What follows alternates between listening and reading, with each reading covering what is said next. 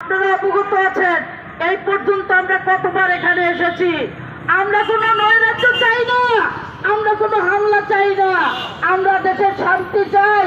আমরা আপনাদের মাধ্যমে বলতে চাই, আমাদের নির্বাচিত সরকার জনাব তারেক রহমান, আপনি অনেক আমাদেরকে ওয়াদা করেছেন, এই শ্রমিকদের ওয়াদা করেছেন।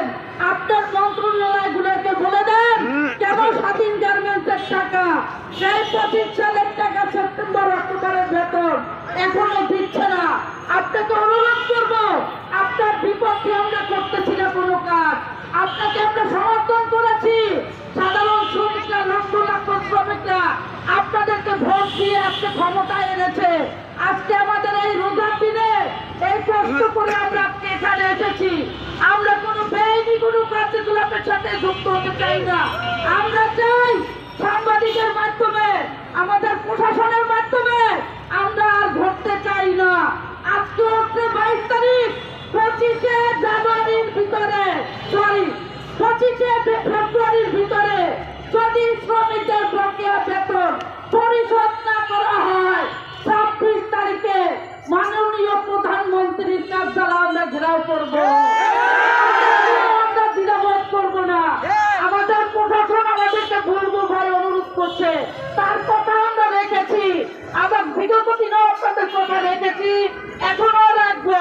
যদি 25শে ফেব্রুয়ারির মধ্যে শ্রমিকদের সেপ্টেম্বর অক্টোবরের বেতন না দেয় এবং ঈদের আগে ঈদ বোনাস না দেয়, 13 এক দ্বারা প্রত্যাহার না করে, কারখানা না করে আমরা মাননীয় প্রধানমন্ত্রীর কাছে যাব। আপনাদেরকে 3 দিন সময় দেওয়া হলো। এখন আপনারা বলেছেন আমরা সচিবালয় এখন স্মারকলিপি দিব। আমরা 5 জনের একটা কমিটি, আমরা সচিবালয় যাব, সচিব মহোদয়কে আমরা স্মারকলিপি দিব এবং আপনাদেরকে অনুরোধ করব, আমরা মানুষ, আমরা সাধারণ শ্রমিক, আমাদেরকে এই হয়রানি করতেছে। এই হয়রানির পিছনে কিছু অসাধু লোক আছে, তাদেরকে চিহ্নিত করতে হবে, তাদেরকে চিহ্নিত করতে হবে।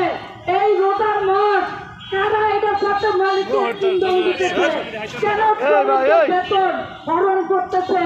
আমরা বলতে চাই আপনাদের মাধ্যমে, মিডিয়া ভাই, সাংবাদিক ভাই, আমাদের বুলবুল ভাই এখানে কর্মরত আছেন, আপনার দৃষ্টি আকর্ষণ করছি, আপনি দ্রুতভাবে একটা সুস্থ সমাধান দিবেন।